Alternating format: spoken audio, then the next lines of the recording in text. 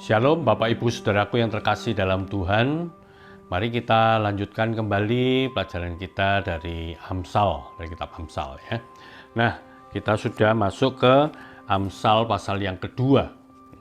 Amsal pasal kedua ini terdiri dari 22 ayat, yaitu ayat 1 sampai ayat 22. Kembali di dalam Amsal ini kita tahu bahwa topik utama adalah hikmat, dan di dalam perikop ini, dalam pasal ini diberi tema, kalau menurut terjemahan yang baru bahasa Indonesia, itu adalah manfaat atau faedah daripada menuntut hikmat ya. Sedangkan di bahasa Indonesia sehari-hari, versi bahasa Indonesia sehari-hari disebutkan faedah atau manfaat memiliki hikmat.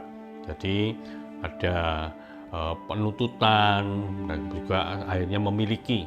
Bagaimana mereka mengungkapkan, bagaimana kita menuntut atau kita sungguh-sungguh mencari. Itu dikatakan di dalam ayat yang keempat ya.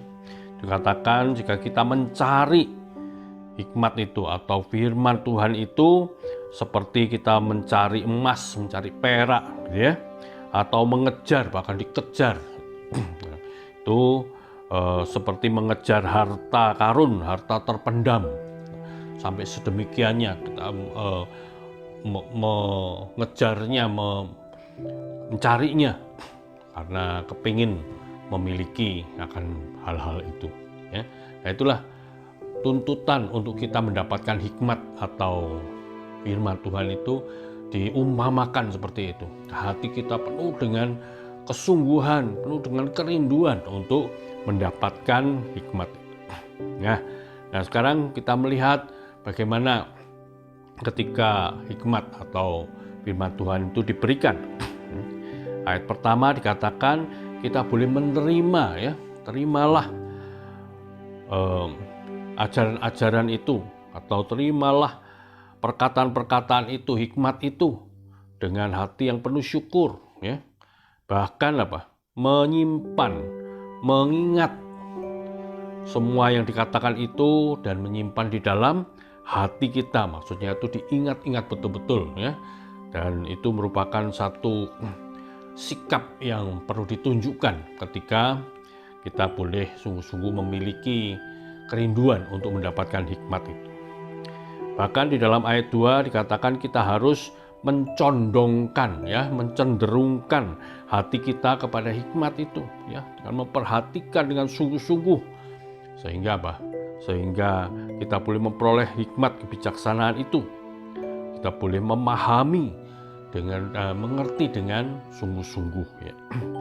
Ayat 3 bahkan mengatakan bahwa kita berusaha mempunyai pikiran yang tajam ya. Kita memohon kepada Allah, minta pengertian. Karena firman Tuhan tidak akan bisa kita mengerti kalau tidak dianugerahkan oleh Tuhan pengertian itu. Sepertinya kita tahu, tetapi seringkali kita tidak mengerti sungguh-sungguh apa yang sebenarnya Tuhan maksudkan dengan firman-Nya itu. Ya, ayat yang keempat tadi katakan kita boleh mencari, seperti kita mencari emas, perak, dan juga mengejarnya seperti mengejar harta yang terpendam. Nah, Bapak Ibu Saudaraku yang terkasih dalam Tuhan, kita tahu bahwa itu semuanya boleh kita dapatkan karena Tuhan itu yang memberikan hikmat itu. Tuhan memberikan pengertian, memberikan pengetahuan ya. Nah, itu pada orang-orang yang sungguh-sungguh mau mencari, orang yang jujur, katakan di dalam ayat 7 ya, orang yang tulus, orang yang tidak bercela, dia boleh mendapatkan bantuan dan pertolongan seperti itu. Nah, Bapak Ibu Saudaraku yang terkasih dalam Tuhan, kita bisa melihat ya, apa yang mereka dapatkan itu adalah mereka bisa mendapatkan perlindungan ya. Tuhan menjaga orang-orang yang berlaku adil dan melindungi mereka yang mencintai Dia, juga memelihara jalan orang-orangnya yang setia. Jadi selalu dipelihara, selalu dilindungi, selalu dijaga oleh Tuhan dengan adanya hikmat atau firman Tuhan. Nah, itulah hasil yang kita dapatkan ya. Maka itu ada dua kata maka di dalam ayat-ayat ini, ayat 5 dan juga ayat 9. Ya. Ayat 5 dikatakan, maka engkau akan tahu apa artinya takut akan Tuhan dan engkau akan mendapatkan pengenalan akan Allah. Nah, Bapak Ibu Saudaraku terkasih dalam Tuhan, kita tahu bahwa ketika kita ini menerima hikmat, kita menerima firman Tuhan itu, akhirnya apa? Kita mengerti apa itu artinya takut pada Tuhan. Bukan takut seperti kita takut kalau berbuat salah kemudian ditangkap polisi, itu beda. Ini takut ini ada satu rasa hormat, ada rasa yang sungguh-sungguh menghargai dan juga segan. Ya. Nah, kemudian yang kedua, ayat 9 katakan, maka engkau akan mengerti kebenaran, keadilan, dan kejujuran, bahkan setiap jalan yang baik. Ya. Jalan yang baik itu dijelaskan sebagai cara hidup yang benar. Nah, ketika kita boleh menerima itu semuanya, kita semakin mengerti, memiliki pemahaman yang dalam tentang firman Tuhan. Dan juga akhirnya memiliki hikmat itu masuk di dalam hati, menjadi orang bijaksana, dan juga itu semua ayat 11 mengatakan memelihara dan menjaga, melindungi kita semuanya dari segala bencana. Ya. Yaitu ayat 1 sampai 11 itu adalah hal-hal yang positif. Kemudian ditambah juga ayat 20 dan 21.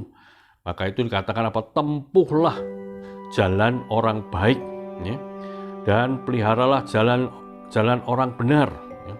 Kita hidup sebagai orang yang baik, yang benar, yang boleh diikuti, menjadi teladan kita, dan hidup menurut kemauan Allah.